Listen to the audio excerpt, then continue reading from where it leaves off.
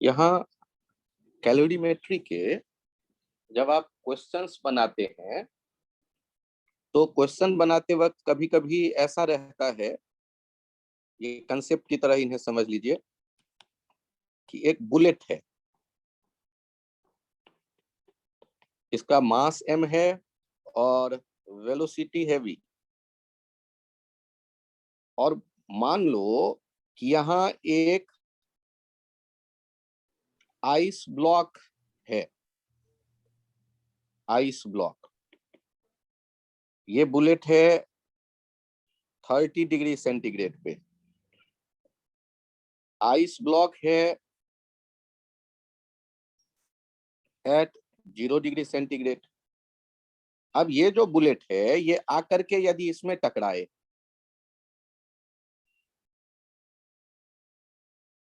और एम्बेडेड होके यहाँ रेस्ट पे चला आए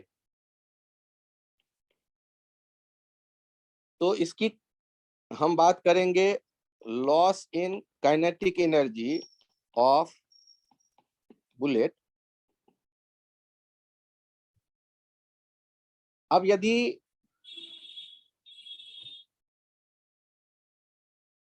plus loss in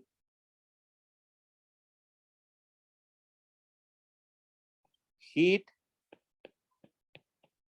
energy due to change in temperature of bullet, ये जो दोनों चीजें हैं, एक तो काइनेटिक एनर्जी कम हुआ और एक बुलेट का टेम्परेचर कम हुआ, उससे जो दोनों से एनर्जी निकली वो किसके बराबर होगा?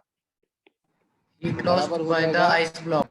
हाँ, energy use to melt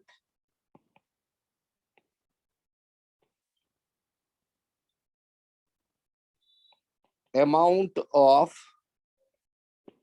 ice, जो भी अमाउंट मेल्ट करता है वो उस अमाउंट ऑफ आइस के मेल्ट करने के एनर्जी के बराबर होगा। मान लो बुलेट का टेम्परेचर नहीं कहा गया तो हम ये कह देंगे कि ये जो ऑब्जेक्ट है उसकी काइनेटिक एनर्जी कन्वर्ट हो गई हीट में कम से कम। और यदि दोनों दिया गया है तो बड़ी अच्छी बात, क्योंकि मेल्ट होगा इसकी काइनेटिक एनर्जी के कारण भी। और बुलेट 30 डिग्री पे है तो 30 से वो आएगा 0 तक तो भी हीट रिलीज करेगा। तो आप जो यहाँ एनर्जी लिख रहे होंगे वो इस तरह से लिख रहे होंगे, हाफ mv²। जनरली ये एनर्जी जो होता है ये किस में होता है? ये होता है जूल में। 4.2 से डिवाइड कर देंगे तो ये कैलोरी में आ जाएगा, एम एस डेल्टा थीटा। ये एम एस डेल्टा थीटा किसके लिए यूज कर रहे हैं? बुलेट के लिए। और ये किसके बराबर? x into 80। x है अमाउंट x ऑफ आइस, मान लिया x ग्राम आइस जो है वो कन्वर्ट हुआ है। थोड़ा ध्यान दीजिएगा कि ये जो सारे वैल्यूज आए लेफ्ट साइड में भी कैलोरी रहे यूनिट सारा, और राइट साइड वाला भी 80 आप यूज कर रहे हैं कैलोरी वाला। तो ये नोट कर लीजिए। एक आइडिया थोड़ा सा ये देखिए कि यहाँ बुलेट टकराया तो बुलेट टकरा करके अपनी काइनेटिक एनर्जी लूज किया, वो भी मेल्ट कर देगा इसको। और उसके टेम्परेचर कम होंगे बुलेट के, 30 से 0 आएगा, वो भी मेल्ट करेगा इसको। दोनों एनर्जी मिल करके मेल्ट कर रहा है x ग्राम आइस, तो x इंटू 80 कैलोरी एनर्जी ये के बराबर हो जाना चाहिए।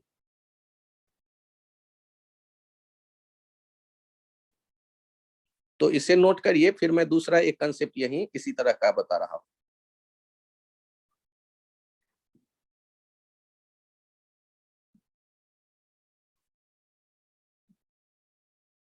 ओके,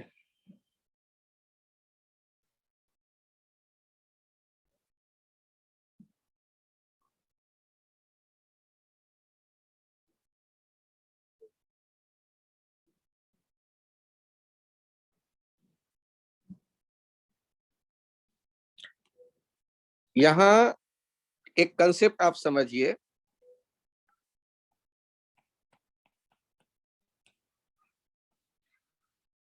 रेवांश, आपका फर्स्ट लेक्चर है ये?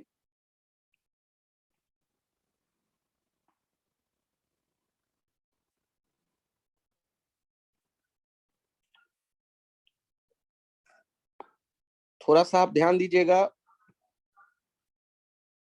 फिजिक्स को एक बार इस नजरिए से देखिए। Physics is study of nature and it's law. Physics nature में हम ढूंढ रहे हैं और उसी से रिलेटेड लॉ है। अब आप सारे स्टूडेंट इसे कंसेप्ट को समझिए। ये एक आइस ब्लॉक है, आइस ब्लॉक एट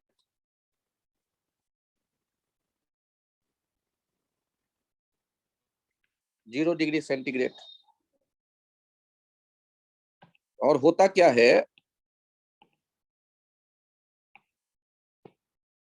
ये एच हाइट से ड्रॉप किया गया,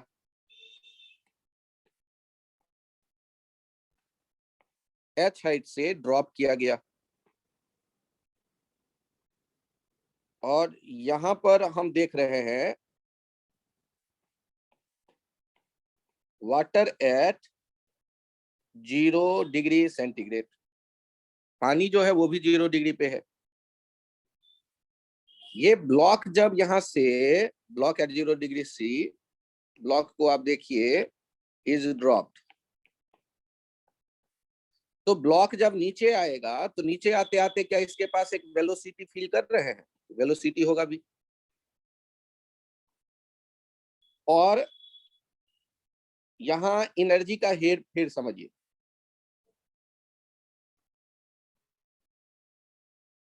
यहां आप एनर्जी को कैसे लिखेंगे?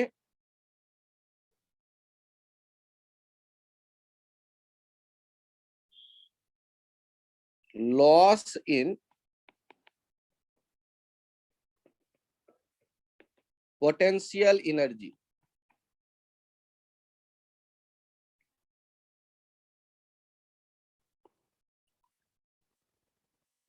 Of the ice block.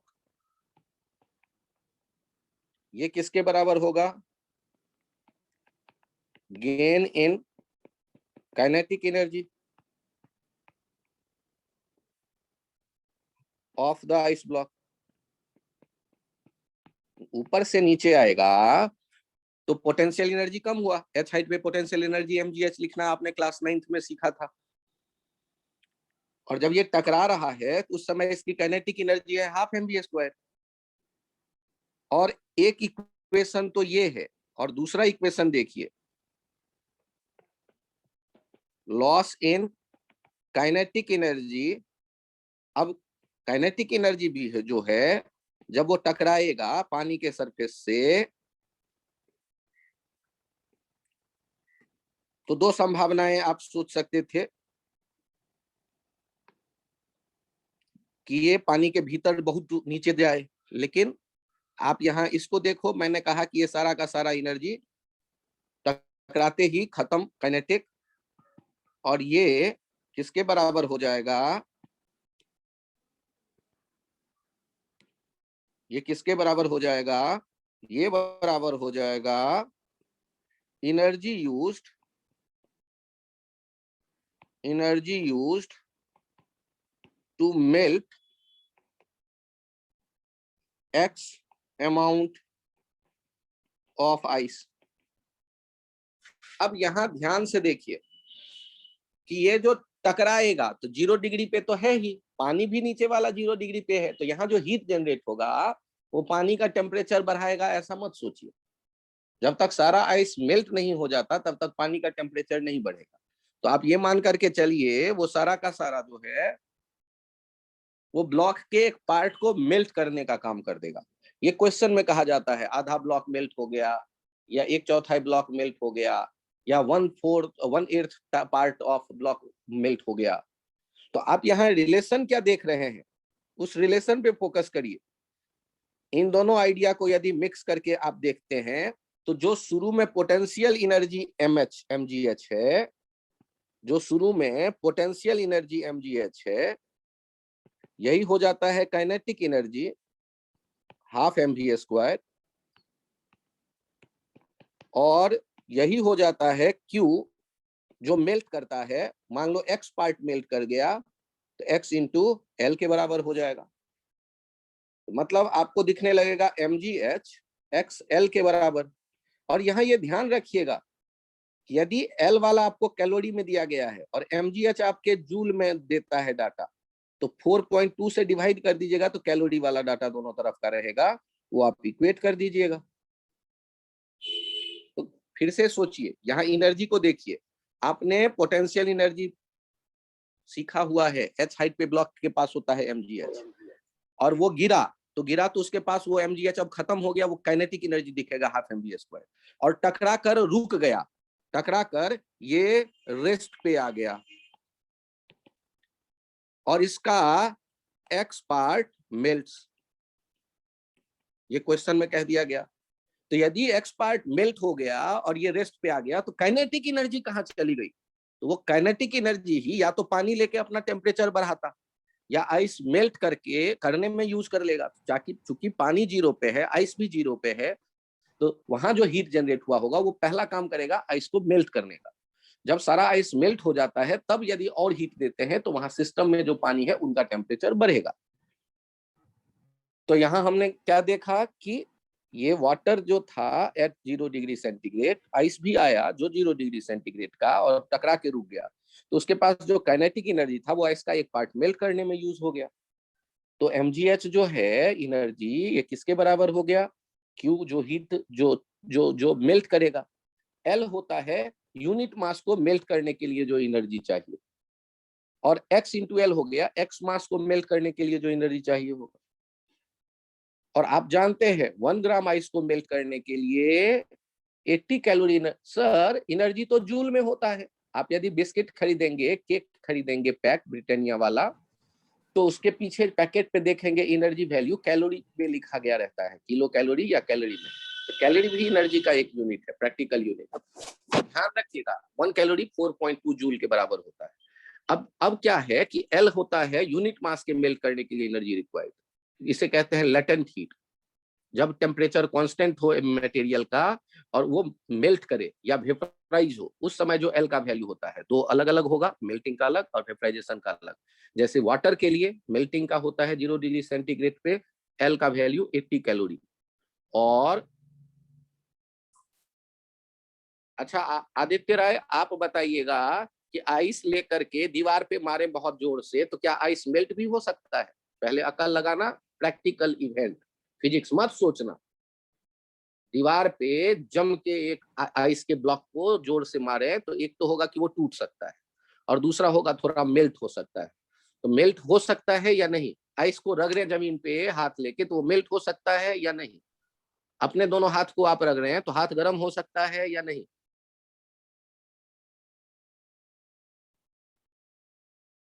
तो उसी तरह कोलिजन से दो पत्थर को टकराते हैं तो चिंगारी निकल सकता है या नहीं? साउंड निकल सकता है या नहीं?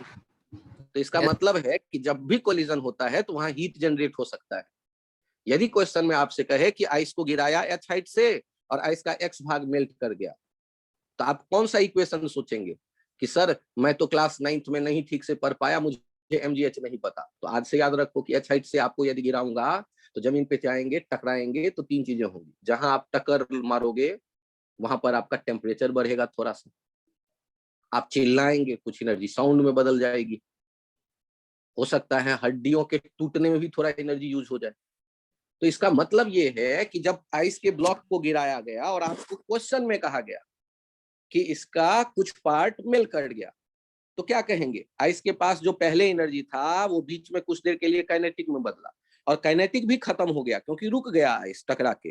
तो वो एनर्जी कहाँ गया? एनर्जी एक रूप से दूसरे रूप में जाता है, तो वो हीट बन गया, और वो हीट बन करके किसको मेल्ट कर रहा है? आइस को।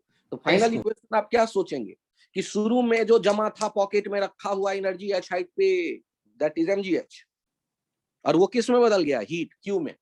और वो किसको पिघला देता है? X ग्राम आइस को, तो XL।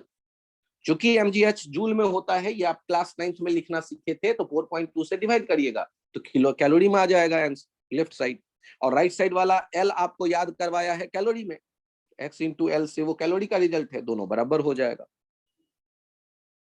आपको बाकी चीजें नहीं समझ में आए तो कुछ मत लिखो, केवल आखिरी वाला लाइन लिख लो। कौन सा? ये mgh equals to q equals to xl, बस इतना ही लिख के सोच लो, यूनिट बराबर रखना है लेफ्ट और राइट, इसका ध्यान रखना। ये लास्ट वाला जो लाइन है, एटलीस्ट कम से कम इतना समझ में आ जाए तो भी काम बन गया कि h हाइट से यदि मैंने गिराया आइस ब्लॉक को, और मैं कह रहा हूं कि वो पानी से टकराकर कुछ पार्ट उसका मेल्ट होते बताया गया, और क्वेश्चन में ये खास करके कहा गया कि जो भी हीट जनरेट हुआ टक्कर के कारण वो आइस को मेल्ट करने में यूज हो गया। तो आप क्या सोचेंगे, आइस के पास एनर्जी कौन सी थी? तो एच हाइट पर उठा के ले जो भी गया होगा, उसने जो वर्क किया था वो उसकी पोटेंशियल एनर्जी बन गई थी। एच हाइट नीचे गिरने पर वो पोटेंशियल काइनेटिक में बदल गया, और वो काइनेटिक भी जब टकरा के रुका तो वो हीट में बदल गया, और वही हीट किसके काम आया? आइस को मेल्ट करवाने के। जिन लोगों को ये पॉइंट क्लियर आया हो समझ में, जो अभी मैंने लास्ट में बोला है, हैंड राइज करें प्लीज। बहुत बढ़िया, कुणाल, आदित्य, अभिनव, लव, शान्या, सुमित, आदित्य, मिश्रा, सक्षम, कुणाल, ध्रुव, हर्ष, प्रियांशु, कृतिन, यश, आदित्य, यश अग्रवाल, कीर्ति, शोभित शर्मा, बहुत बढ़िया, सारांश,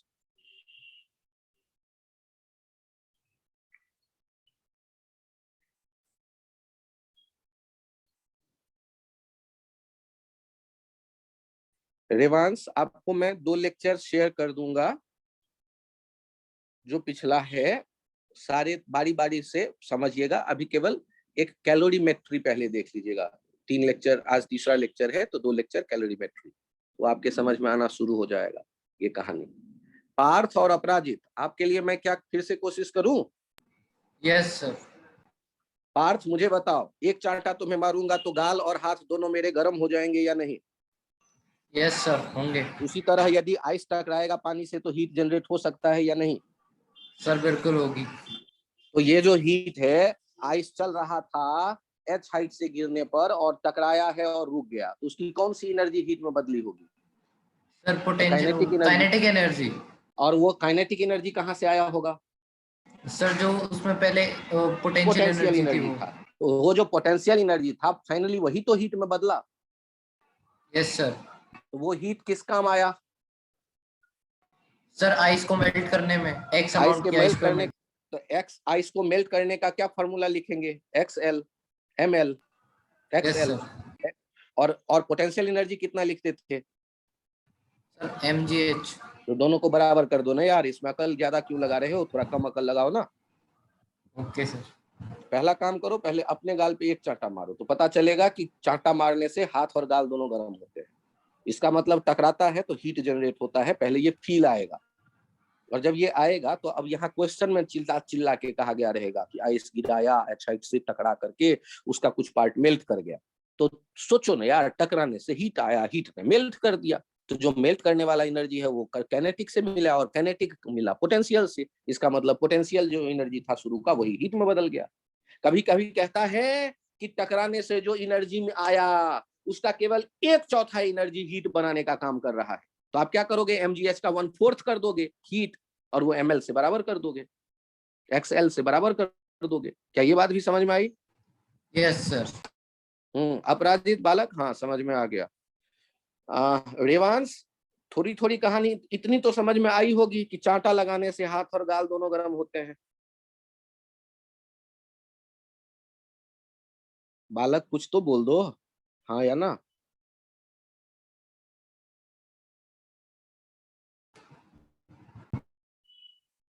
चलिए कोई नहीं, धीरे धीरे हम लोग एक दूसरे से इंटरेक्ट कर लेंगे।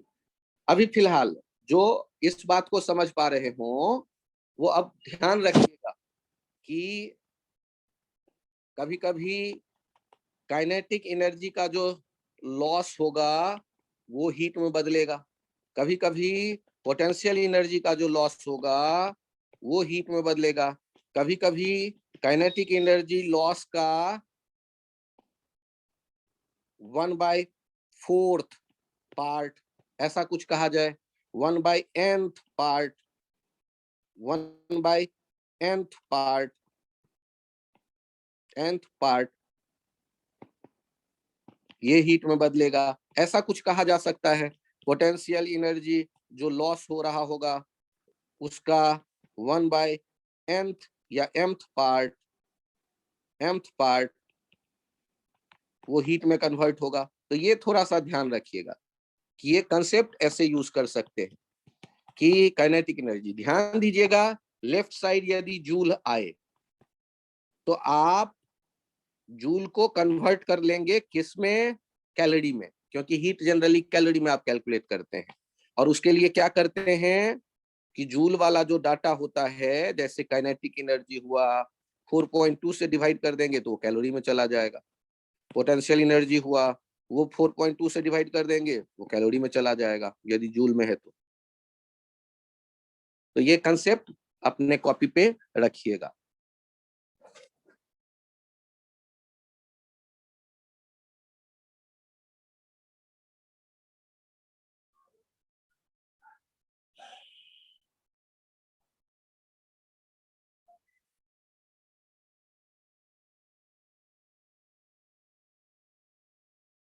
यहां देख, एक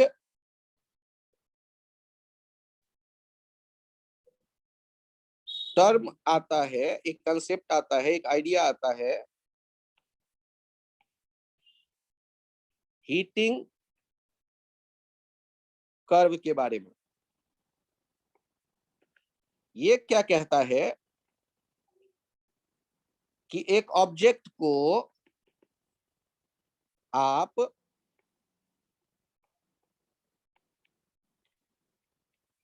हीट करना शुरू करो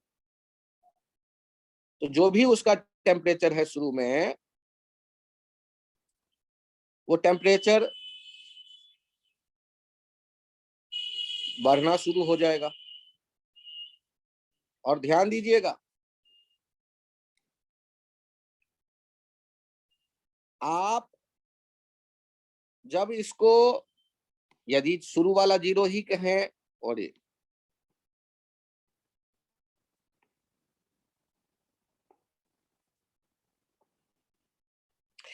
जो भी टेम्परेचर हो शुरू में और वो बढ़ना शुरू हो जाएगा, बढ़ते बढ़ते कहां तक पहुंचेगा तो टी मेल्टिंग पॉइंट पे।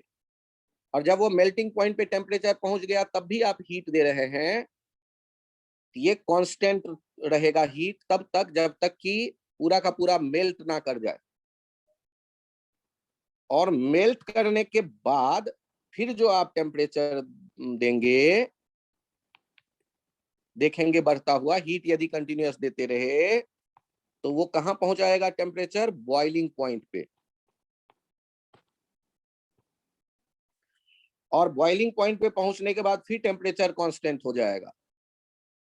और इसके बाद यदि आप हीट देते रहे तो फिर से वो सारा का सारा गैस में बदल जाएगा और फिर भी हीट देते रहेंगे, फिर टेम्परेचर बदलने लगेगा। अब यहाँ इसको समझिएगा, ये पार्ट है सॉलिड वाला पार्ट। सॉलिड जब तक ऑब्जेक्ट था तब तक टेम्परेचर बदला। ये वाला पार्ट है लिक्विड वाला पार्ट, टेम्परेचर बदल रहा है। और इधर जो पार्ट दिख रहा है गैस वाला पार्ट। और बीच में जो दो जगह यहां से यहां देख रहे हैं, ये है solid to liquid conversion at constant temperature called melting point. Constant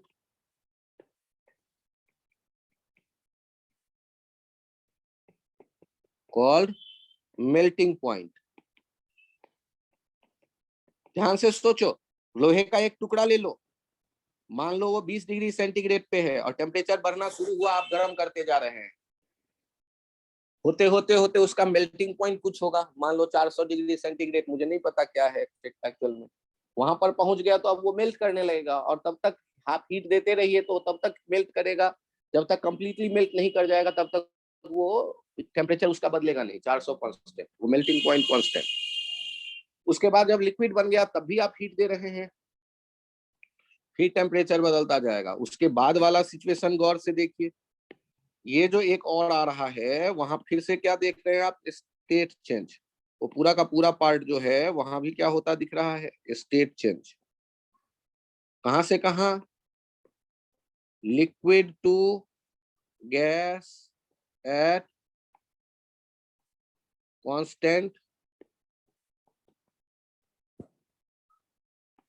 boiling point, वो कांस्टेंट टेम्परेचर बॉइलिंग पॉइंट कहलाता है, तो जैसे वाटर के केस में जनरली। तो मेल्टिंग पॉइंट और बॉइलिंग पॉइंट ऐसा जगह है। अब इस ग्राफ को जब एनालाइज किया जाता है, तो इस ग्राफ को एनालाइज किया जाता है, तो इस ग्राफ के एनालाइज करने पर दो रिजल्ट आते हैं। जो रिजल्ट हमें, पहले तो ये ग्राफ देख के आपको स्टेट समझ में आना चाहिए कि सॉलिड का रहेगा, उसको हम गर्म करेंगे तो पहले टेम्परेचर बढ़ेगा, कब तक, जब तक कि मेल्टिंग पॉइंट पे ना पहुंच जाए, और एक बार मेल्टिंग पे पहुंच गया तो टेम्परेचर कांस्टेंट रहेगा। सर मैं तो ग्राफ तो 9th में भी नहीं समझ पाता था, तो घबराइएगा नहीं, 9th में जितने भी ग्राफ आपने गलती से देखे हो ना देखे हो, वो सारा आपको काइनेमेटिक्स में 11th के शुरू का चैप्टर जब आपको बताऊंगा उस टाइम पे। अच्छा सर, तो आप बीच का चैप्टर बता रहे हो? हाँ, ये बीच का कोई चैप्टर है जिसमें हमने आपको बताया है कैलोरीमेट्री। तो आप इस बीच के चैप्टर में जो यहाँ देख रहे हैं ग्राफ, ये और आपका कॉन्फिडेंट हो जाएगा आइडिया जब हम लोग ग्राफों को काइनेमेटिक्स में, velocity graph, time graph, acceleration graph, उन सबको एनालाइज करना सीखेंगे। ग्राफ बनाने के लिए दो क्वांटिटी का रिलेशन जनरली चाहिए हमें। तो सोचो ना, लोहे का एक टुकड़ा होगा, गैस पे रख के बर्नर ऑन कर दो तो धीरे धीरे उसका टेम्परेचर बढ़ेगा, तो स्ट्रेट लाइन जो है शुरू वाला सॉलिड रेड लाइन कर्व, वहां ब्लैक कर्व के बगल में लिखा है सॉलिड, वहां टेम्परेचर बढ़ रहा है। उसके बाद हॉरिजॉन्टल कर्व क्या कहता है, टाइम तो बदल रहा है लेकिन टेम्परेचर मेल्टिंग पॉइंट पे फिक्स बना हुआ है। उसके बाद फिर देख रहे हैं इंक्लाइंड स्ट्रेट लाइन ऊपर गया है, मतलब लिक्विड बनने के बाद फिर उसका टेम्परेचर बढ़ने लगा, फिर एक बार मेल्टिंग पॉइंट पे पहुंचने के बाद कांस्टेंट हो जाएगा टेम्परेचर, तब तक जब तक कि पूरा का पूरा वो गैस में ना बदल जाए, और फिर एक बार गैस बन गया तो फिर हीट देंगे तो और उसका टेम्परेचर बढ़ता जाएगा। ये ग्राफ ध्यान रखते हैं, और ग्राफ के रिजल्ट्स हैं, ध्यान से सोचिए। पहला रिजल्ट आपको मैं कह रहा हूं कि L is, L means latent heat, is proportional to horizontal length of heating curve. Horizontal length of the heating curve. सोचो ना, यदि ज्यादा टाइम लेता है मेल्ट होने के लिए, इसका मतलब L ज्यादा होगा। जैसे आइस की बात करूं तो आइस के वाटर में कन्वर्ट करने के लिए वहां पर यूनिट मास क्या चाहिए होता है, केवल 80 कैलोरी एनर्जी, और जबकि वाटर से वेपर में 100 डिग्री पे बदलने के लिए चाहिए होता है 540 कैलोरी। तो ज्यादा देर हीट देना पड़ेगा मेल्ट कर वेपराइज करने के लिए। तो हॉरिजॉन्टल लेंथ जहां बड़ा होगा उस स्टेट का जो लेटेंट हीट होगा वो बड़ा होगा। जो स्टेट चेंज ज्यादा हॉरिजॉन्टल लेंथ में दिखेगा उसके लेटेंट हीट का वैल्यू ज्यादा होगा, और जो स्टेट चेंज कम हीट लेंथ में दिखेगा, कम लेंथ का हॉरिजॉन्टल लेंथ का टुकड़ा होगा, उसका लेटेंट हीट छोटा होगा। अच्छा, यहाँ पर चेक करिए, दो लेटेंट हीट यहाँ भी दिख रहा है, यहाँ एक L1 और यहाँ एक L2। कौन सा हॉरिजॉन्टल लेंथ बड़ा दिख रहा है? Sir L2। तो L1 is less than L2. Latent heat of fusion is less than latent heat of vaporization. तो ये हॉरिजॉन्टल लेंथ जो देख रहे हैं वो इस तरह डिसाइड किया जाता है और दूसरा पॉइंट होता है स्पेसिफिक हीट, तो वहां सोचते हैं जहां टेम्परेचर बदल रहा है। एस इज इनवर्सली प्रोपोर्शनल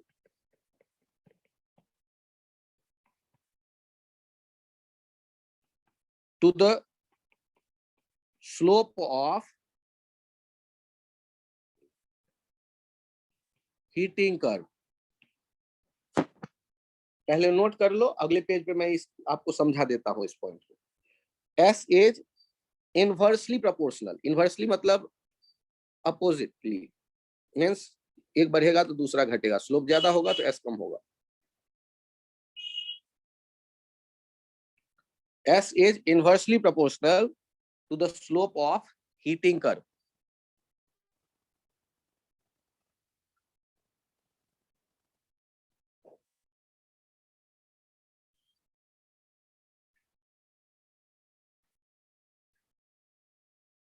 ये डायग्राम बना लीजिए, लास्ट 2 लाइन लिख लीजिए, घबराइएगा नहीं। अगले पेज पे मैं 3-4 डायग्राम में आपसे क्वेश्चन पूछूंगा, उसका आप जवाब हमें दे देंगे।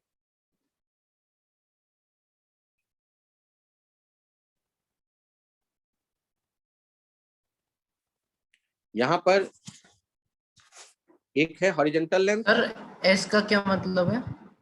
हाँ, एस का मतलब इस चैप्टर में क्या होता है, चैप्टर कौन सा है? Sir calorimetry. कैलोरीमेट्री में कौन से 2 फॉर्मूले याद करने जरूरी थे? Q बराबर M S delta theta and M L. उसमें S क्या था?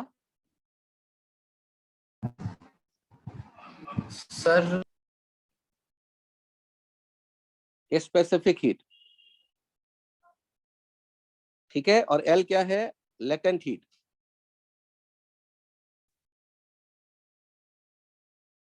S क्या है? Specific heat. और L क्या है? Latent heat. मैं लिख देता हूं बगल में, S स्पेसिफिक हीट और L latent heat, L latent heat. ये सर क्या होता है आप पूछोगे तो मैं फिर एक बार बताता हूं। किसी ऑब्जेक्ट को जब आप गर्म करते हैं तो यूनिट मास के टेम्परेचर बदलने के लिए जो एनर्जी चाहिए होता है उसे आप कहते हैं स्पेसिफिक हीट। और यदि कभी आप स्टेट बदलता देखो, सॉलिड से लिक्विड या लिक्विड से गैस, तो वहां टेम्परेचर नहीं बदलेगा। उस समय आप यूनिट मास के स्टेट बदलने के लिए जो एनर्जी देना चाहते हैं, that energy is called latent heat. That energy per unit mass required is called latent heat. और ये जो स्पेसिफिक हीट और लेटेंट हीट है वो मटेरियल की प्रॉपर्टी है, और मटेरियल के स्टेट से रिलेटेड प्रॉपर्टी है। स्टेट बदलेगा तो उसके वैल्यूज बदलेंगे। सर मुझे ये ग्राफ नहीं समझ में आ रहा, एक बार पेज बदलता हूं, फिर वापस चाहिए तो इस पे आ जाएंगे। मुझे बताइए, एक आइस का यहां पर है temperature theta, temperature in degree centigrade, और ये है टाइम इन सेकेंड। अब मुझे बताइए कि यदि आइस होगा और आइस को आप गर्म करने लगो, आइस है मान लो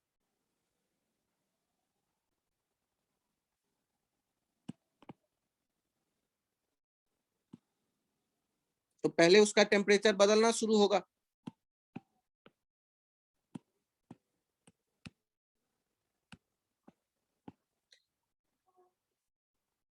टेम्परेचर -20 पे रहा होगा तो बढ़ने लगा, फिर कांस्टेंट हुआ, फिर बदलने लगा, फिर कांस्टेंट हुआ, फिर बदलने लगा। या आइस के बदले कोई और ऑब्जेक्ट ही था, पिछले वाला ही जैसा कुछ मान लो। ये सॉलिड स्टेट है, ये लिक्विड स्टेट है, और ये गैस वाला स्टेट है जहां टेम्परेचर बदल रहा है। और जहां टेम्परेचर नहीं बदल रहा है, उस जो हॉरिजॉन्टल लाइन जहां दिख रहा है वहां state is changing, state is changing. यहां भी लिखेंगे स्टेट इज चेंजिंग। तो पहले इस ग्राफ के साथ थोड़ा कंफर्ट बना लो, फिर आपको वर्ड स्लोप में समझाने की कोशिश करूंगा। एक बार पहले ये डायग्राम आप देख लो, ये चूंकि आपके कॉपी पे है तो मैं एक बार इसे चेंज करता हूँ, 2 मिनट रुको, फिर जो पेज आप कहोगे मैं लिखवा दूंगा। अब मुझे बताओ, ये 2 अलग अलग ऑब्जेक्ट हैं और उनका ये टेम्परेचर टाइम का रिलेशन है। टेम्परेचर को टी भी कह देते हैं, कैपिटल टी कभी कभी। टेम्परेचर और टाइम का रिलेशन है। देखो तो पहले को पूरा मेल्ट होने में, अब यहाँ पर इसको स्लाइडर की तरह देखो, इंक्लाइंड प्लेन, ये समझो पार्क में गए और स्लाइडर बना है, ये आंख कान वाले आप, और इस पे स्लाइड करने की सोच रहे हो, तो स्लाइड करने के बारे में सोचो और मुझे बताओ किसका बचपन में जैसे जाते होंगे पार्क तो वहां कहा जाता होगा और ये स्लाइडर ज्यादा स्लोप वाला, इस पे मत जाओ। तो आराम से सोचो और फिर मुझे बताओ कौन सा स्लाइडर, यहाँ 2 स्लाइडर दिख रहा था हमें,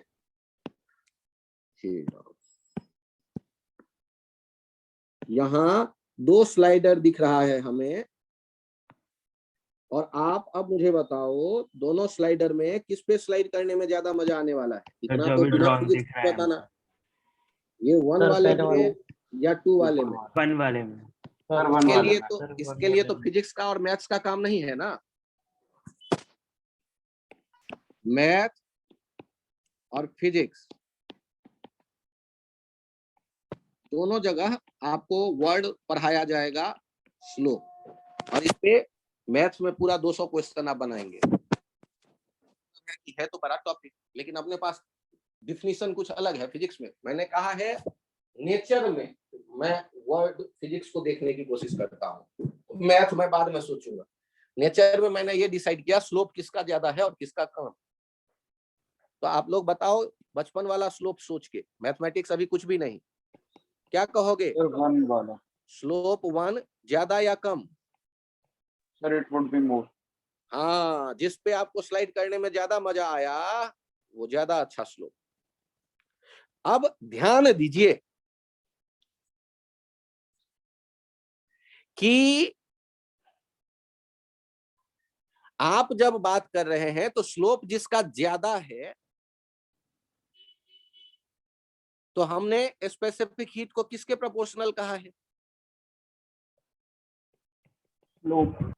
specific heat S is proportional to 1 by slope, inversely proportional कहा है ना। इसका मतलब जो स्लोप ज्यादा होगा उसका S कम होगा। Slope 1 is greater than slope 2, it means S1 is less than S2। Specific heat 1 वाले मटेरियल का कम होगा।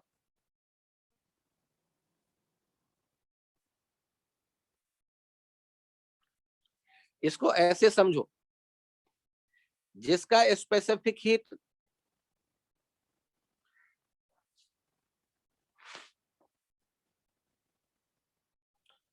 एक बच्चा मुझे बता रहा है कि स्लोप tan थीटा भी कहते हैं। यदि आप लोगों ने सुना है तो मुझे कोई ऐतराज नहीं है लिखने में कि स्लोप जो होता है tan थीटा होता है। और कुछ बच्चे जो और थोड़ा क्लास किए हुए होंगे उनको ये भी पता होगा dy/dx या dt/dt भी स्लोप होता है। तो घबराना नहीं है, मैंने इनमें से कोई भी टर्म आपको डराने के लिए यूज नहीं किया। मैं चला गया डे टू डे लाइफ में, बचपन में जैसे स्लोप आपने सुना मैंने उस आइडिया का यूज किया, और जिसका स्लोप ज्यादा है उसकी उस पार्ट की स्पेसिफिक हीट कम होगी। यहां इसको भी छोड़ो और आपको ये देखना है, ये ग्राफ, और आराम से डिसाइड करना है कि स्पेसिफिक हीट कहां कहां देखेंगे जहां टेम्परेचर बदल रहा होगा। ये सॉलिड वाला पार्ट स्पेसिफिक हीट S1 कह देता हूं, ये लिक्विड वाला पार्ट स्पेसिफिक हीट S2 कह देता हूं, और यहाँ state change latent heat L1 कह देता हूं, और यहाँ भी स्टेट चेंज L2 कह देता हूं। आपसे एग्जाम्पल में ये पूछा जाता है Find the relation between S1 and S2. Find relation between a specific heat S1 and S2, latent heat L1 and L2.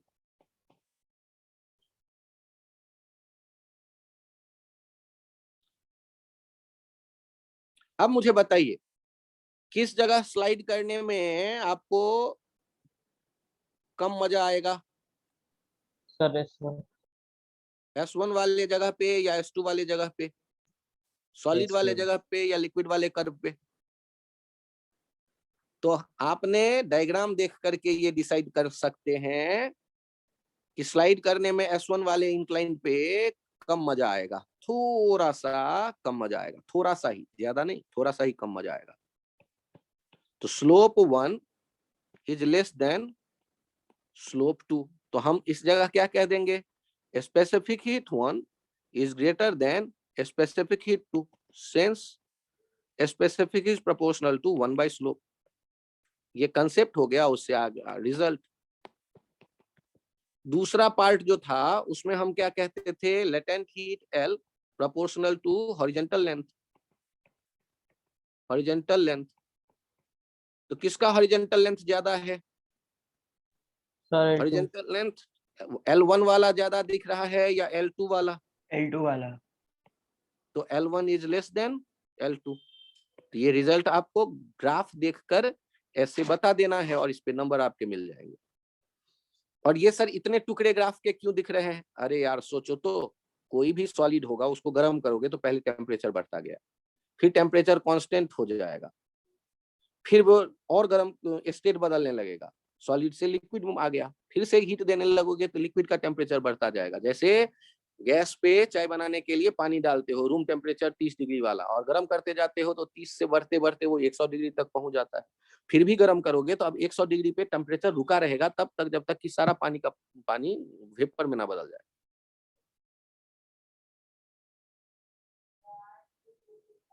ये जिन लोगों को थोड़ा थोड़ा समझ में आ गया वो हैंड राइज करें प्लीज।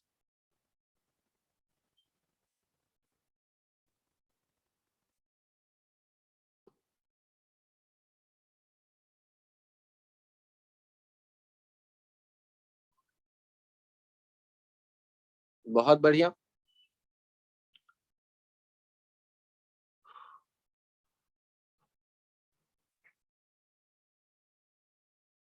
सारांश एक बार और समझाऊं?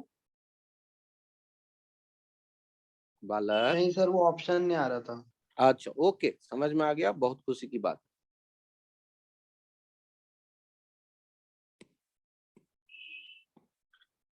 जिन बच्चों को ये डरा रहा हो स्लोप, फिर से मैं लाइन खींच करके पहले उसी को चाहता हूं कि आप स्लोप को बिना मैथमेटिक्स के फील कर लें। ये वाई एक्स कुछ भी होगा, आपको यदि कहा जाता है कि ये ग्राफ है 1, ये 2, ये 3, बताओ किसका स्लोप ज्यादा किसका कम, तो आप क्या करो? इस पे बैठ जाओ और देखो तो पार्क में एक स्लाइडर बना हुआ है, स्लाइडर की तरह देखो, स्लाइडर पे स्लाइड करते हुए चले आओ, हिंदी भाषा का फिसल पट्टी। अब ये स्लाइडर पे तुम इस पे भी स्लाइड करके देखो और इस पे भी स्लाइड करके देखो, किसका स्लोप तुम्हें लग रहा है सबसे बेहतर? किस पे ज्यादा मजा आने वाला है स्लाइड करने में? सर 1 पे 1। इसमें कोई मैथमेटिक्स मैंने इन्वॉल्व नहीं किया, ये आपका प्रैक्टिकल एक्सपीरियंस से मैंने स्लोप की चर्चा की। बेस्ट वे है स्लोप देखने का। Slope 1 is greater than slope 2 is greater than slope 3। ये स्लोप वर्ड को केवल इतने से ध्यान रख लो तो बहुत है।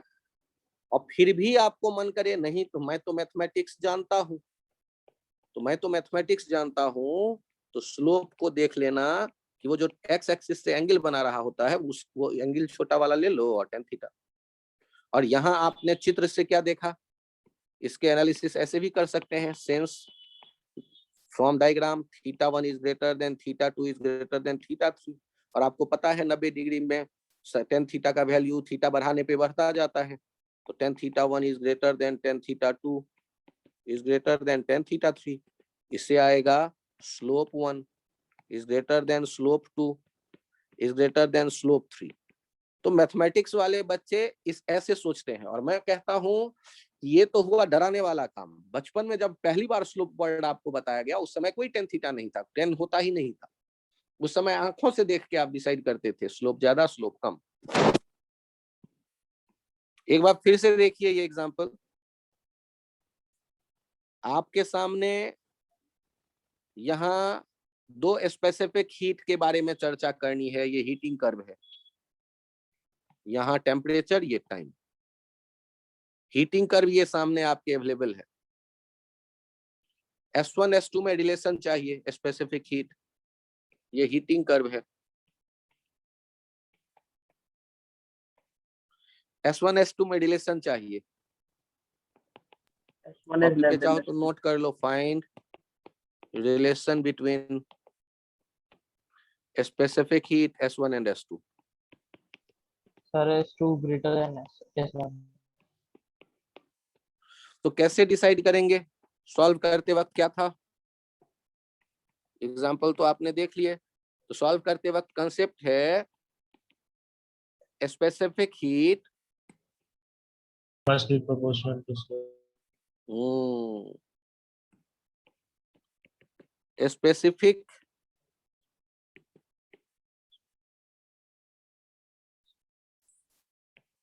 Heat S proportional to inversely proportional to slope।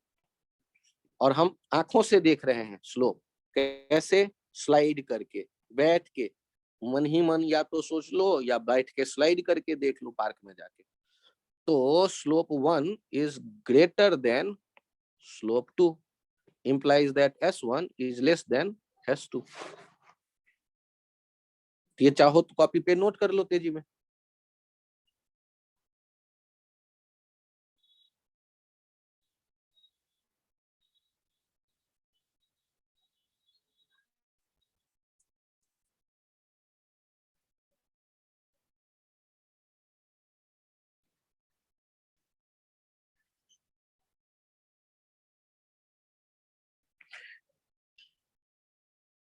आप में से कुछ स्टूडेंट का ये याद रखना कि इनवर्सली प्रोपोर्शनल है, ये काम मुश्किल लग रहा होगा, याद तो रखना ही पड़ेगा।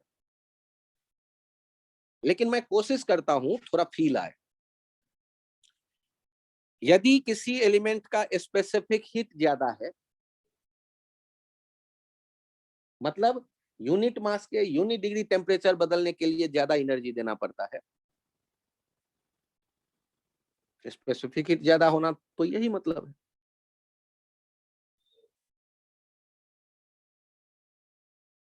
तो देखिए, यदि मैं दो अलग अलग मटेरियल के एस की चर्चा कर रहा हूं और दोनों के ये दिख रहे हैं मेरे पास ग्राफ, दो अलग अलग मटेरियल है,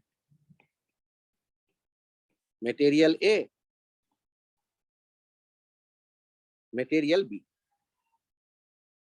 एक ही जैसे टाइम में हीट देने का रेट हमने सेम रखा है, एक ही जैसे टाइम में हमने दोनों को हीट दिया, और दोनों को हीट देने पर जो स्पेसिफिक हीट है ये डिसाइड करना है किसका ज्यादा और किसका कम। तो पहले मुझे ये फील करके बताओ किसका टेम्परेचर ज्यादा बढ़ते देख रहे हो। मैंने इक्वल मटेरियल टाइम एक में सेम अमाउंट हीट दिया, और ए वाले का टेम्परेचर हमने क्या देखा, ज्यादा राइज बदल होता है। रहा है। तो ज्यादा बदल रहा है, इसका मतलब उसका स्पेसिफिक हीट कम होता होगा, कम यूनिट में कम अमाउंट में उसका टेम्परेचर बदल जा रहा होगा, कम अमाउंट हीट देने पर उसका टेम्परेचर बदल जा रहा होगा। Yes, sir. तो आप यहाँ पर फील करो ना, जिसका टेम्परेचर ज्यादा बदला कम सेम अमाउंट ऑफ टाइम में सेम अमाउंट ऑफ हीट देने पर, मतलब उसका एस कम रहा होगा, इसीलिए उसने ज्यादा टेम्परेचर बढ़ा लिया। तो यहाँ उसका स्लोप क्या दिख रहा है, ज्यादा। तो जिसका टेम्परेचर ज्यादा बढ़ा उसका स्लोप ज्यादा दिख रहा है, और स्लोप ज्यादा दिख रहा है और उससे ये फील आ रहा है उसकी स्पेसिफिक हीट कम है। तो यहाँ ये रिलेशन आप दिमाग में एक एनालाइज करके सेट कर सकते हो कि स्पेसिफिक हीट जो है स्लोप जिसका हमें ज्यादा दिख रहा है, मतलब कम टाइम में उसने ज्यादा बदल लिया है टेम्परेचर, उसकी स्पेसिफिक हीट कम होगी। स्लोप जिसका ज्यादा है उसकी स्पेसिफिक हीट कम होगी। स्लोप जिसका ज्यादा है, कम टाइम में कम ही हीट लेने पर उसका टेम्परेचर ज्यादा बढ़ गया। तो कम ही टाइम में कम ही हीट लेकर टेम्परेचर ज्यादा बढ़ गया, इसका मतलब स्पेसिफिक हीट कम होगा। तो स्लोप ज्यादा, स्पेसिफिक हीट कम, इस रिलेशन को आप ऐसे देखते हैं, S is proportional to 1 by slope.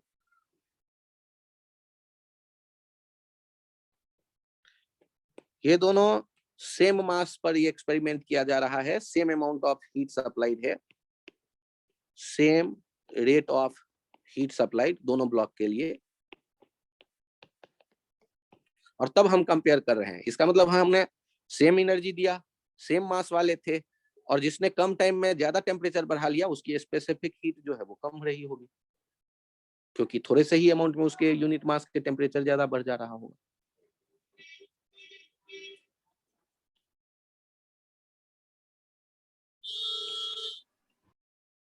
आपके यहां तक आने पर मैं ये उम्मीद कर सकता हूं कि चलो कुछ थोड़ा सा जो हीटिंग कर्व से रिलेटेड 2 पॉइंट है वो आपके दिमाग में रह सकता है। कौन कौन सा पॉइंट? तो पहला पॉइंट था हीटिंग कर्व में जो लेटेंट हीट है, लेटेंट हीट, ये प्रोपोर्शनल था किसके? हॉरिजॉन्टल लेंथ के। हॉरिजॉन्टल लेंथ के। और दूसरा आ गया है वो slope in specific heat proportional है, इनवर्सली प्रोपोर्शनल इनवर्सली प्रोपोर्शनल है स्लोप के। इनवर्सली प्रोपोर्शनल है स्लोप के। ये 2 पॉइंट हीटिंग कर्व से रिलेटेड हमें ध्यान रखने हैं।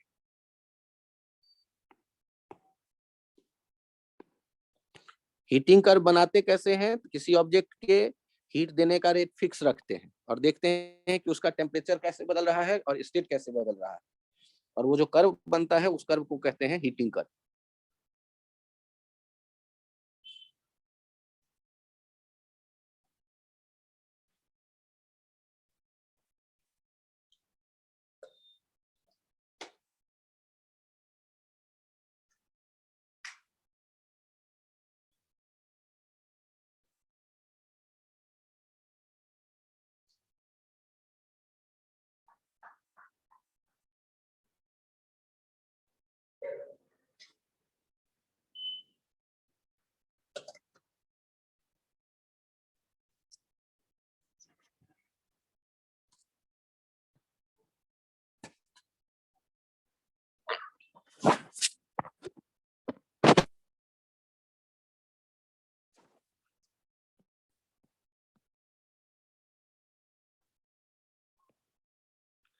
यहाँ 2 नए टर्म मैं इंट्रोड्यूस कर रहा हूं।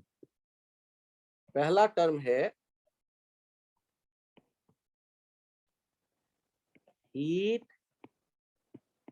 Capacity of an object.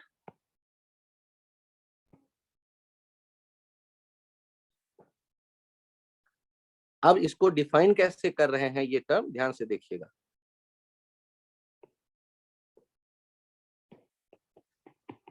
It is amount of heat energy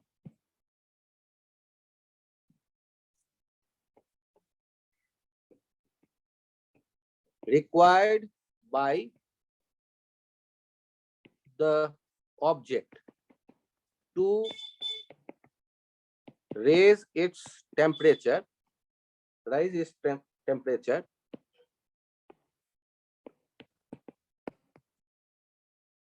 through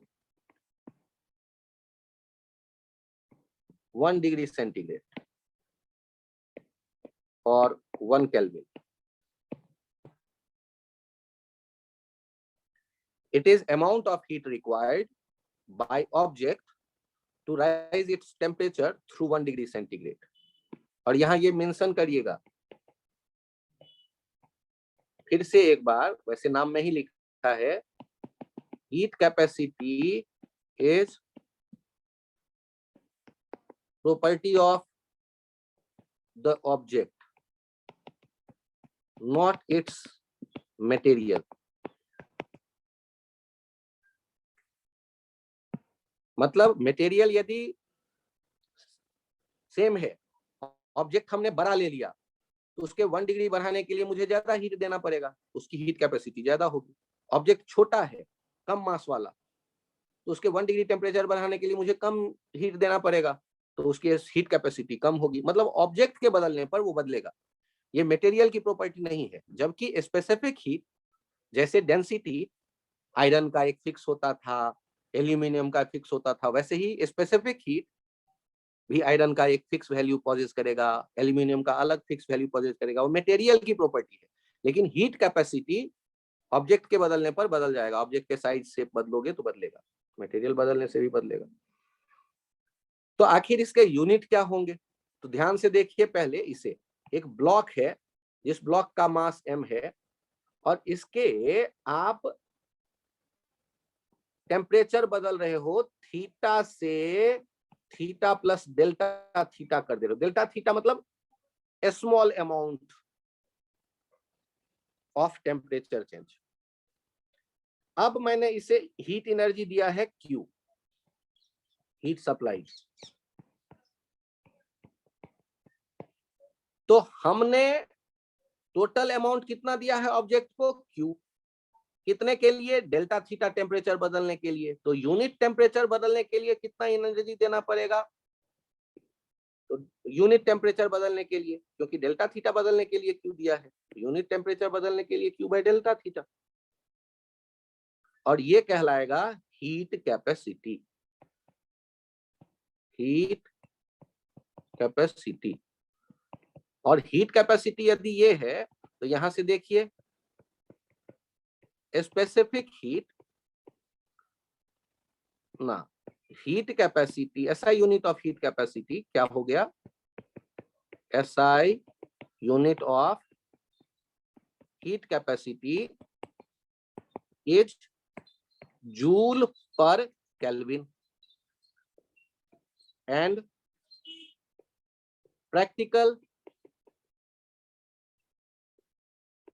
unit is calorie पर डिग्री सेंटीग्रेड। सर देखो, इतना कहानी समझाओगे तो मैं तो कुछ नहीं याद रख पाऊंगा, तो घबराओ नहीं, अगले पेज पे इससे आसान भाषा में मैं इसको समझाता हूं, पहले इसे नोट कर लो।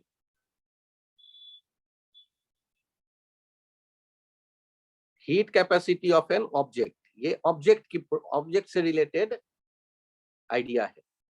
It is amount of heat energy required by the object to raise its temperature through 1 degree centigrade. Heat capacity is property of the object, not its material. Next point, SI unit of heat capacity is joule per Kelvin, and practical unit is calorie per degree centigrade.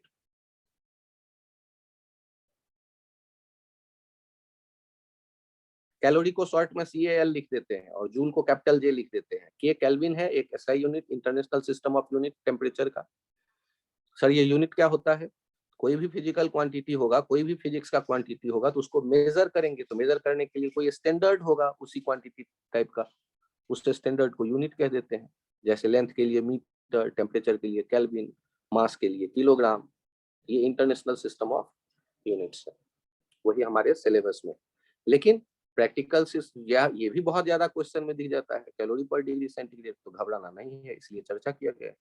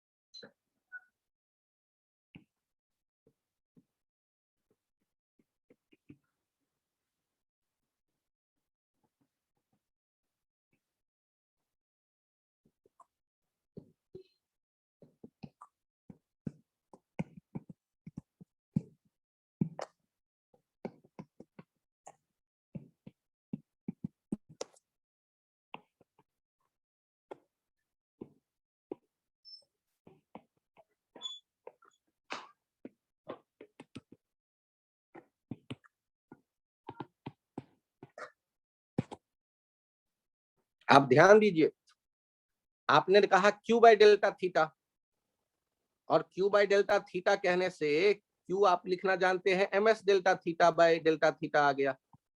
तो यहां से m into S को हम लोग कह देते हैं heat capacity object का। ऑब्जेक्ट का मास ले लीजिए और उसके मटेरियल का स्पेसिफिक हीट ले लीजिए, उनको मल्टीप्लाई कर दीजिए, तो ऑब्जेक्ट का हीट कैपेसिटी पता चल जाएगा। हीट कैपेसिटी ऑफ ऑब्जेक्ट, और हीट कैपेसिटी दिया हुआ हो तो डेल्टा थीटा से मल्टीप्लाई करिएगा तो क्यू आ जाएगा। तो आप यहां पर हीट कैपेसिटी के ये दोनों फॉर्मूले ध्यान रखिए, एक तो ms और एक Q by delta theta.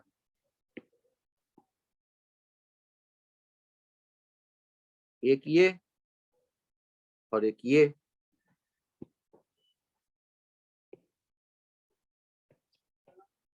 Heat capacity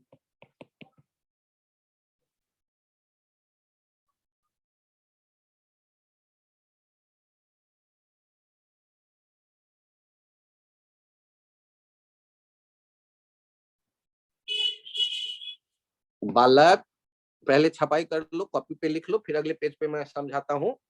formula समझ में नहीं आया, डिफिनीशन समझ में नहीं आया, यूज समझ में नहीं आया, तीनों चीजें अगले पेज पे आएगा। ध्यान से देखिएगा, एक ऑब्जेक्ट है तो ऑब्जेक्ट का मास पता है m, स्पेसिफिक पता है s। तो इसका यदि कोई कहे हीट कैपेसिटी बताओ ms ऑफ दिस ब्लॉक, तो ये किसके बराबर हो जाएगा? m into S. सर मैं ये नहीं याद करूंगा, तो मत याद करो। और यदि ये ms हो गया तो अब यदि कभी इस ब्लॉक के मैं टेम्परेचर बदलने की सोच रहा हूं, थीटा से थीटा प्लस डेल्टा थीटा, इसके लिए जो Q दिया जाएगा हीट, इसमें रिलेशन कैसे देखूंगा? तो सर मैंने तो ये याद किया हुआ है ms डेल्टा थीटा, तो मैंने भी मान लिया हाँ यार ये तो याद किया हुआ है आपने। और आज ताजा ताजा एक और इंफॉर्मेशन आपको मिला है कि m इंटू एस जो है ये हीट कैपेसिटी ऑफ ब्लॉक है। तो Q बराबर किसके कह सकते हैं? Heat capacity of this block into उसका जो टेम्परेचर बदला। तो ये रिलेशन भी आप याद रखो। एक कौन सा रिलेशन याद कर लिया मैंने कि हीट कैपेसिटी क्या है? m into S. दूसरा क्या रिलेशन याद है मुझे? Q बराबर ms डेल्टा थीटा। और तीसरा रिलेशन मैंने क्या याद किया है? ताजा ताजा अभी अभी, कि कभी मुझे यदि हीट एनर्जी लिखना पड़ेगा, हीट कैपेसिटी ब्लॉक का दिया हुआ है और टेम्परेचर डिफरेंस भी दिया हुआ है, तो हम क्या लिख देंगे? Q बराबर हीट सप्लाइड बराबर heat capacity of this block into delta theta, temperature change of the block. Sir heat capacity था क्या? ये मुझे पता ही नहीं है। अरे तो m इंटू एस तो है हीट कैपेसिटी। नहीं सर, डिफिनीशन समझाओ मुझे। तो ऑब्जेक्ट के 1 डिग्री टेम्परेचर बदलने के लिए जो हीट दिया जाएगा। अच्छा सर, तो 1 डिग्री टेम्परेचर, हाँ, थीटा डिग्री सेंटीग्रेड से थीटा प्लस 1 डिग्री सेंटीग्रेड के लिए जो तुमने हीट दिया होगा। सर मैंने कितना हीट दिया होगा ये मुझे नहीं पता है। अच्छा चलो मैं लिख के समझाता हूँ। Q बराबर m into S into delta theta है 1। अच्छा, तो ये जो हमने हीट दिया इसे हम कह देंगे हीट कैपेसिटी। इसे हम कह देंगे हीट कैपेसिटी, 1 डिग्री टेम्परेचर बढ़ाने के लिए जो हीट हमें देना पड़ा। तो सर ये किसकी प्रॉपर्टी है? ऑब्जेक्ट के, मटेरियल की या ऑब्जेक्ट की? भाई m यदि बड़ा ब्लॉक मैं ले लूंगा 2m मास का, तो ये हीट कैपेसिटी उस ब्लॉक का बदल जाएगा, क्योंकि उसको ज्यादा पड़ेगा 1 डिग्री टेम्परेचर बदलने के लिए। अच्छा सर, वैसे s तो मटेरियल का प्रॉपर्टी था। हाँ सही याद आया आपको। आयरन का ब्लॉक है m मास का और आयरन का दूसरा ब्लॉक है 2m मास का, तो दोनों के स्पेसिफिक हीट तो सेम होगा क्योंकि दोनों आयरन है, लेकिन दोनों की हीट कैपेसिटी, दोनों का जो 1 यूनिट मास के हीट टेम्परेचर 1 डिग्री बढ़ाने के लिए जो हीट चाहिए वो तो एक जैसा होगा क्योंकि दोनों आयरन, लेकिन heat capacity m into S, S same है लेकिन m बदलने के कारण हीट कैपेसिटी ms अलग अलग होगा। सर हीट कैपेसिटी कर रहे हो, उसका यूनिट तो एक बार बताओ। बहुत अच्छी बात की, तो unit of heat capacity m ले लो, s ले लो, मल्टीप्लाई कर दो। नहीं सर मुझे नहीं याद। तो दूसरा रास्ता देखो, SI unit of heat capacity. ध्यान से देखिएगा, मास कैसे लिख देते थे SI यूनिट के लिए, किलोग्राम, और ये S कैसे लिखते थे, जूल पर केजी पर केल्विन इनटू। तो यहाँ पर देखिए केजी कैंसिल आउट हो गया, ये किसके बराबर दिख रहा है, जूल पर केल्विन। सर मैं ये तो कतई याद नहीं कर सकता, कोई बात नहीं, ऑब्जेक्टिव क्वेश्चन में 4 ऑप्शन दिया गया रहेगा, आप उसे छोड़ देना जूल पर केल्विन वाले को। नहीं सर मैं याद कर लूंगा, हाँ तो धीरे धीरे याद कर लेना। इसका प्रैक्टिकल यूनिट होगा कैलोरी पर डिग्री सेंटीग्रेड। तो सर क्या मैं ms मान लूं heat capacity of the block? अरे बहुत अच्छा आइडिया है, ms मान लो। तो सर उससे मैं यूनिट भी लिख लूंगा, हाँ m होगा किलोग्राम और s होता है जूल पर केजी पर केल्विन। किलोग्राम कट गया न्यूमरेटर डिनोमिनेटर वाला, जूल पर केल्विन। जिन लोगों को ये समझ में आया है अभी तक हैंड राइज करें please.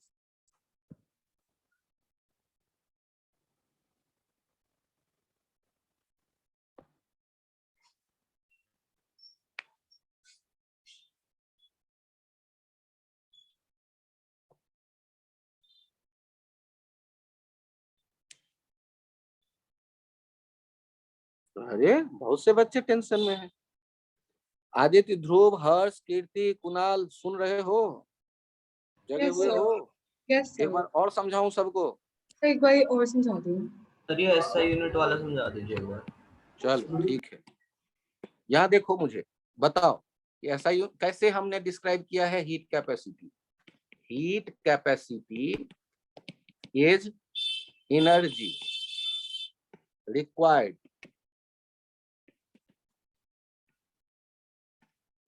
by the block to rise its temperature through 1 degree centigrade और 1 केल्विन। पहले तो ये डिफिनीशन सेट करो। अब मुझे देखो ये चित्र बनाते हुए और तुम सोचो, इसका टेम्परेचर थीटा से थीटा प्लस डेल्टा थीटा कर दिया और इसके लिए हीट एनर्जी कितना दिया है, हीट एनर्जी जो सप्लाई किया मैंने गर्म करते वक्त बर्नर जला करके, वो दैट इज क्यू। तो यहां मैं अब यूनिटरी मेथड अप्लाई कर रहा हूं। To raise temperature through delta theta we need Q amount of heat। तो ऐसे इसे लिखो, sense delta theta temperature change करने के लिए Q अमाउंट हीट चाहिए, इसलिए 1 टेम्परेचर चेंज करने के लिए कितना हीट चाहिए, Q बाय डेल्टा थीटा। उसको ऐसे लिख लो, hence to raise temperature through 1 Kelvin we need Q by delta theta heat। This is heat capacity। ये Q by delta theta जो है ये है heat capacity। और Q by delta theta का बताओ, यदि Q by delta theta heat energy capacity है तो इसका यूनिट क्या होना चाहिए, Q हो गया जूल, डेल्टा थीटा हो गया केल्विन।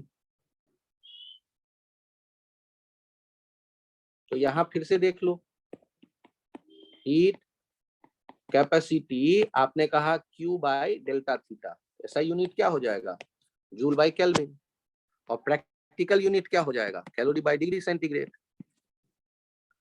आपको यदि ये भी नहीं पसंद आया तो हीट कैपेसिटी को आपने लिखा Q बाय डेल्टा थीटा वो क्यू लिखना जानते हैं आप, ms डेल्टा थीटा, बचपन में पढ़ा था, अरे पिछले लेक्चर 2 लेक्चर पहले पढ़ा था।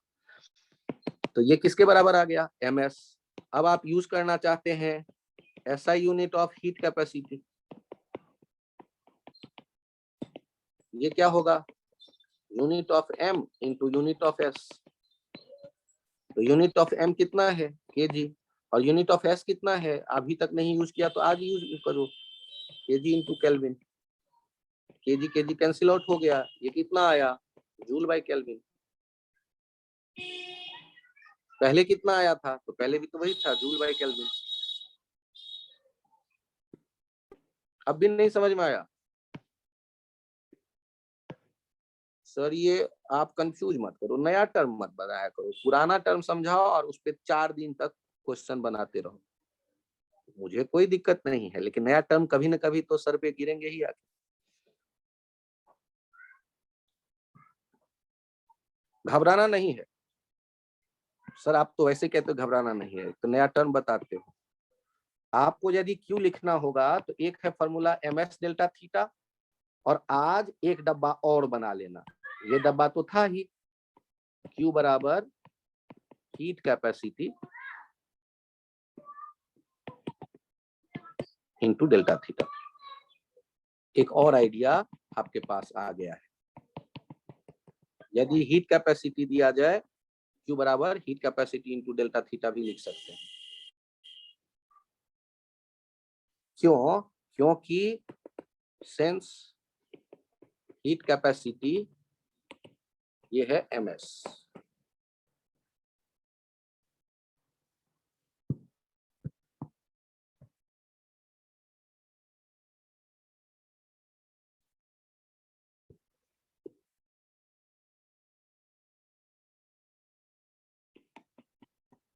SI unit of heat capacity is joule per Kelvin. Practical unit, its practical unit is calorie per degree centigrade.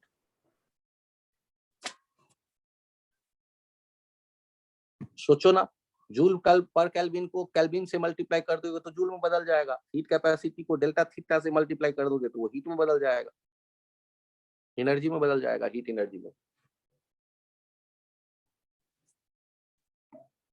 अब जिन लोगों के समझ में आ गया अब तक, वो हैंड राइज कर दो एक बार, थोड़ा सा कंफर्ट और बढ़ा हो तो।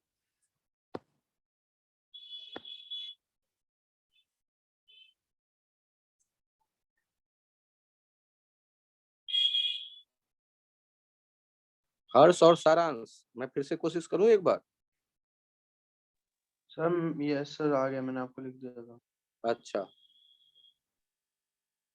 हर्ष बालक कुछ तो बोल दो।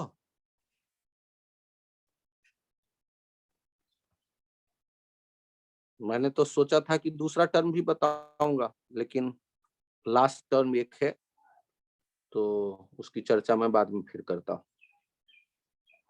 ठीक है, अभी का लेक्चर यहीं तक रखते हैं। Thank you, Thank you, bye bye. sir.